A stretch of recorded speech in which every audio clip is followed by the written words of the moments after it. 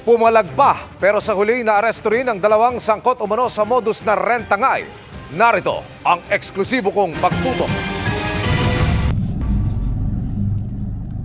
Mabilis na nasabat ng mga operatiba ng Highway Patrol Group NCR sa area ng Santa Rosa, Laguna ang SUV kung saan nakasakay ang subject ng police operation. Kunin mo na ito. Kunin nyo na ito sa kampo namin. Pero ang pag-aresto sa babaeng nasa passenger seat na wanted dahil sa pagkakasangkot umano sa rentangay, pahirapan.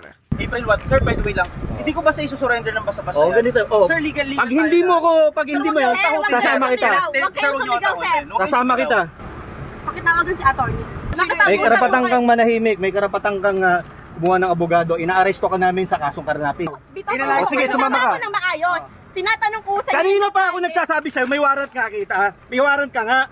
Huwag kang makulit. Kung gusto mo. Naisama rin kalaunan ng suspect.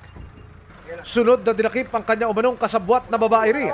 Magpapretend na mag-uupa ng sasakyan, tapos mawawala, tatangayin dahil ibebenta. Iba-iba ang probinsya, from yung isa sa Laguna, yung isa sa Cavite, pero isang grupo.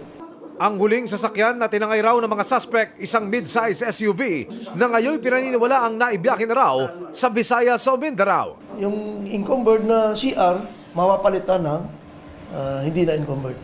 Natatransfer doon sa ano. Meron doon mga LTO na district office na nasa watchlist namin. Ang unang dinakip na kapagpiyansa na naiwan sa kulungan ng kanyang kasabwat.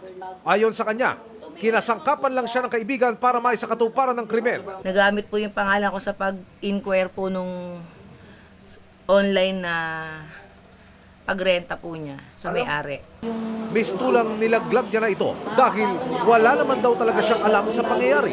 Nung una po, hindi ko po alam na nagre-renta siya tapos may mga modus na nangyayari. Okay. Pero nung nagkakasama na po kami, alam ko na po yung ginagawa po niya.